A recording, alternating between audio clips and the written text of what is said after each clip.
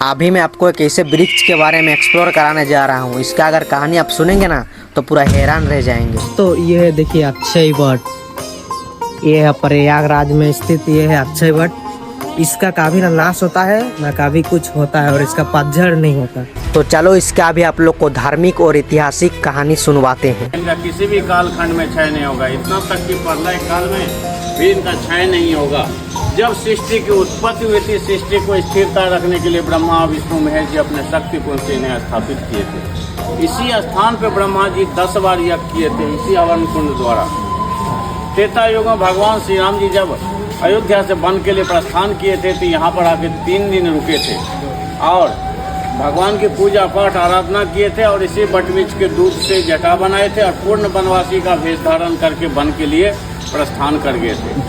जब 14 साल वन की अवधि पूरा होने पर दोबारा प्रभु श्री राम जी, माता जानकी जी और लक्ष्मण जी दोबारा यहाँ आते हैं, भगवान के अक्षय वट महाराज की पूजा पाठ आराधना करते हैं। उसी समय माता जानकी जी त्रेता युग में इन्हें अजय और अमर होने का वरदान देती है। जो आप अजय रहेंगे, अमर रहेंगे, अविनाशी रहेंगे और आप हरे भरे रहेंगे।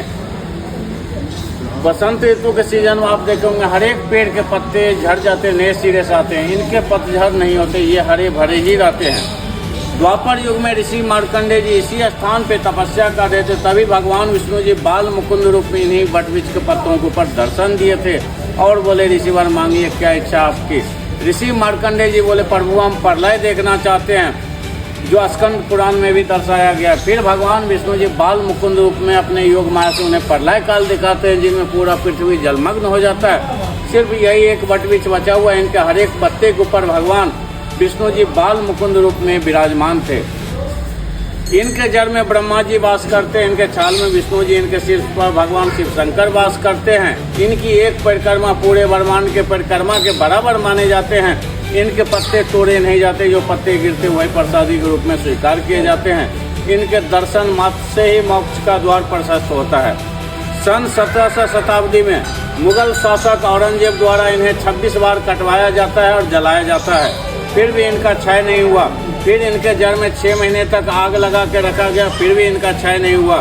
फिर इनके ऊपर लोहे का चादर बिछा दिया गया और चारों साइड से इनको बंद कर दिया गया, कोई इनको देख न सके। देश आज़ाद होने तक ये ऐसा ही बंद रहे। देश आज़ाद होने के बाद इन्हें भारतीय सेना के ऑर्डिनेंस डिपो प्रयागराज उनके अंतर्गत सौंपा गया। तब से लेकर अभी तक ऑर्डिनेंस डिपो प्रयागराज इनकी देख रेख कर रही है। आज ये अपने विशाल एवं अलौकिक रूप में हमें दर्शन देकर कृतार्थ कर रहे हैं। बोलिए अक्षय वट महाराज की जय।